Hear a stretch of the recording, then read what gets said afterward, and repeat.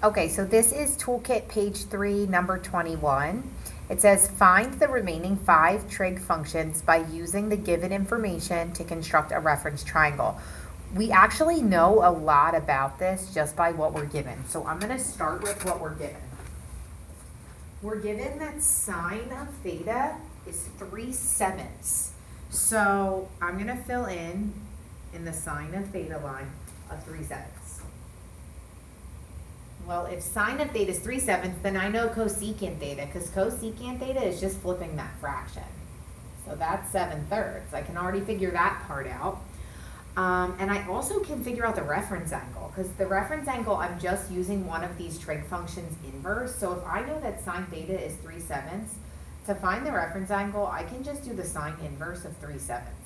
Now you're going to use your calculator for this. You just want to make sure that you are in degree mode, because we're going to do all of these in degree mode just to keep it a little simpler. So I'm going to my calculator, I'm hitting mode, I'm changing a degree, and I'm doing the second sine. Anytime you're solving for an angle, you use the inverse. So the sine inverse of 3/7 is 25.38 degrees, we'll call that. I'm rounding to 2 decimal places.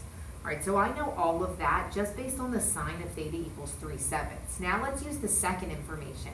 This is telling me that the tangent of theta is less than 0. So it's telling me that the tangent of theta is negative.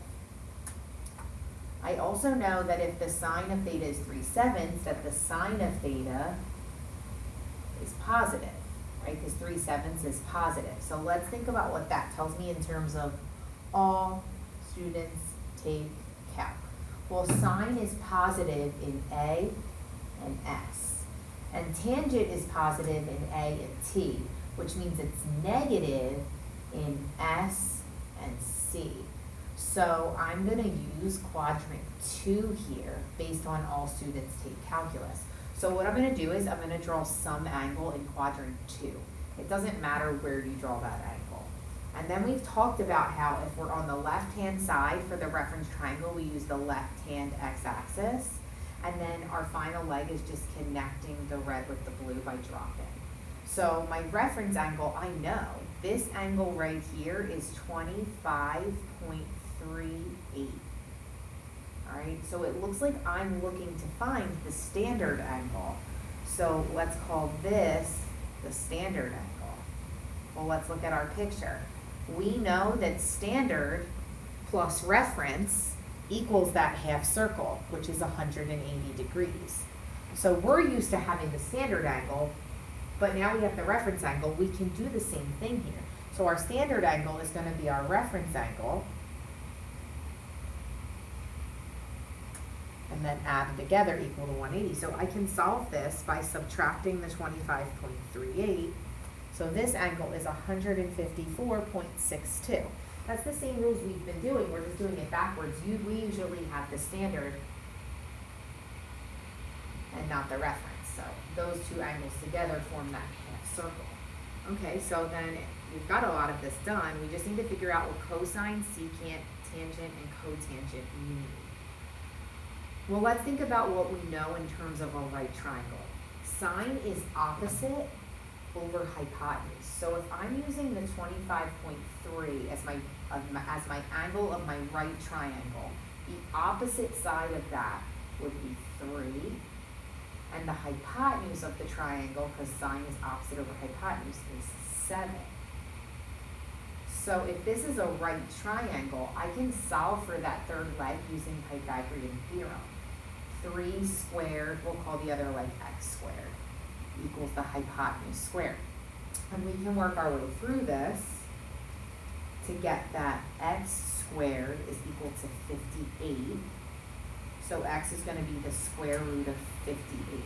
And all I'm seeing is 58 divided by any perfect square. So 58 divided by x, and I'm just looking through my list. I don't think 58 goes into anything. So I'm just going to keep that as 58.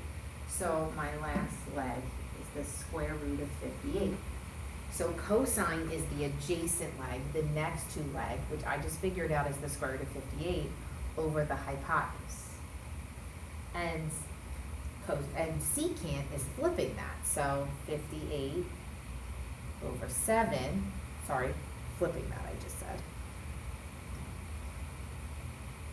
7 over 58. We just know that we have to rationalize this because we can't leave that 58 in the bottom.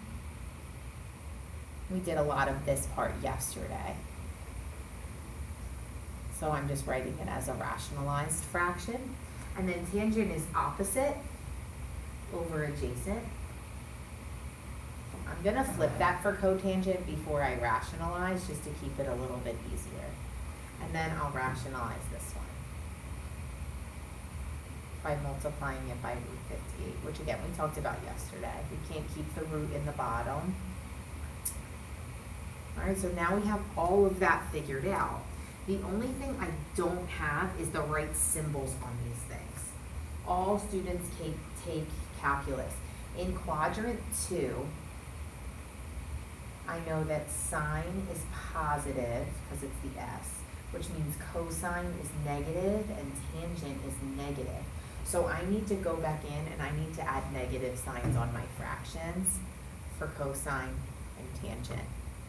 And the reason that they're negatives is because in quadrant 2, the x values are negative. So that's really a negative root 58.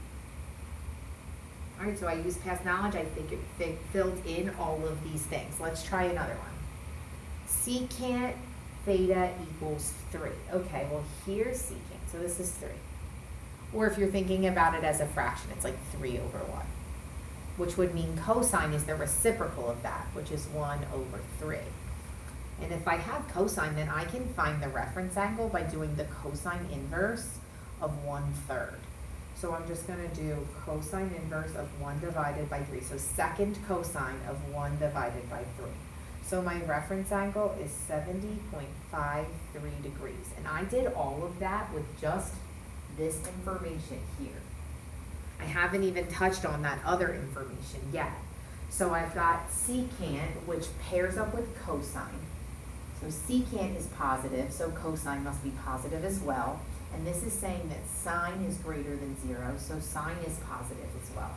So I'm going to use all students take calculus to figure out which quadrant this is going to fall in. So cosine is positive in 1 and 4, and sine is positive in 1 and 2. So together they have quadrant 1 in common. So my answer is going to be somewhere in quadrant 1. Now that I have my terminal side, I can create my reference triangle with the x-axis and dropping down. And I know that this is my reference angle, and my reference angle is 70.53. I'm looking to find this angle, which is the same as my reference angle. I know that my standard angle and my reference angle are equal to each other. So if I know that my standard angle, my reference angle is 70.53, I know that my standard angle is 70.53 as well.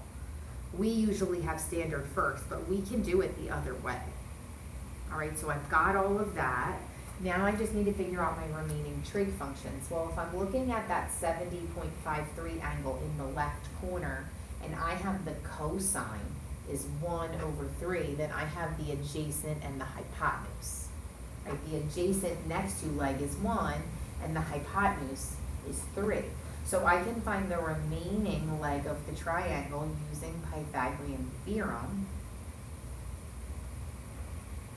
And that's going to be the square root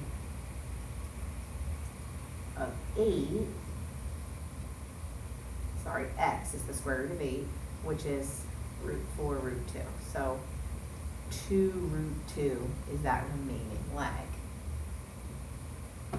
So sine is the opposite leg. So opposite of that 70.53 is 2 root 2 over the hypotenuse. And cosecant is just flipping that. And I'm going to have to rationalize this by getting the root 2 out of the bottom. So I have 3 root 2 over 2 times root 4, or 2 times 2, which is 4. Tangent is opposite, which is 2 root 2 over adjacent, which is 1. And that's really just the same as 2 root 2. But then if I flip that, I'll have to rationalize by multiplying by root 2 over root 2. So 1 root 2, you don't need that 1, over 2 times root 4, or 2 times 2. so root 2 over 4. The final thing is I would need to check the symbols on these things, if they should be positive or negative. In quadrant 1, I know that sine is positive, cosine is positive, and tangent is positive. So I don't need to add negative signs to any of these things. There's one more in your toolkit. It tells me that the cotangent of theta is 3 over 2. So I'm going to go to the cotangent of theta, and I'm going to fill in a 3 over 2. Well, that pairs with the tangent, so I'm just going to do the reciprocal by flipping that. And I can figure out the reference angle now by doing the tangent inverse of 2/3. So I'm doing the second tan of 2/3. I'm just making sure that I am in degree mode when I do this, and I get 33.69 degrees. I can fill all of that in just from the first piece of information. Now I'm going to use the second as well to figure out what quadrant we're in. So cotangent being positive means that tangent is positive. And this is saying secant theta is negative. Well, secant pairs with cosine, so cosine of theta is negative as well. So let's see what we have. All students take calc. Tangent is positive in A and T.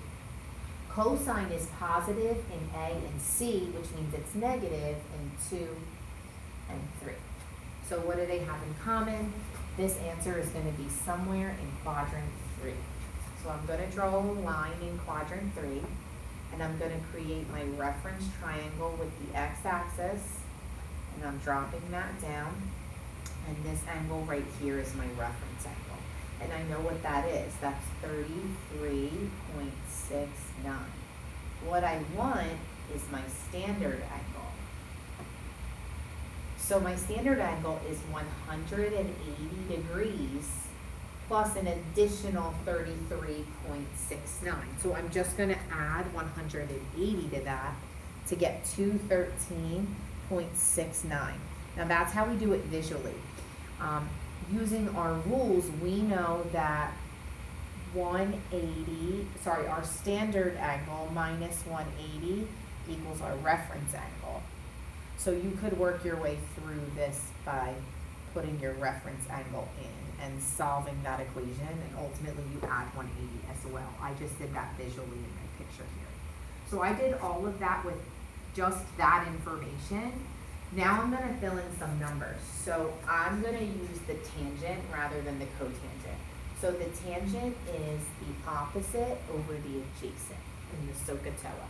So opposite of this pink 33.69 is the 2, and the adjacent is the 3, which means I don't have the hypotenuse.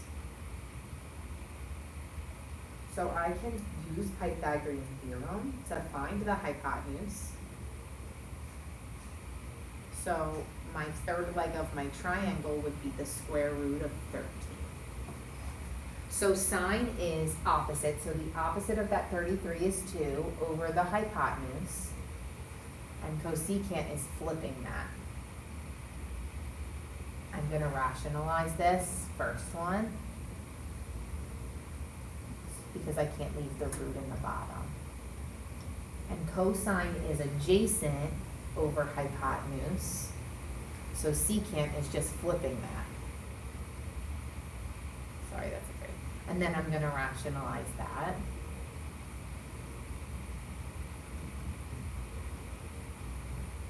The only thing I have to do now is add negatives where I need to. So I'm thinking about something in quadrant 3. Tangent is positive in quadrant 3, but sine is negative and cosine is negative. So I need to add negatives to my sine fractions and my cosine fractions. And the reason that they're negatives is I went left, so this is really negative, and down. So this 2 is really negative. So anywhere there is a 3 or a 2, there's negatives. Now tangent, there's both, but that double negative changes it to a positive anyway. So here's my final answer. Hopefully that helps with some of the problems on your delta map.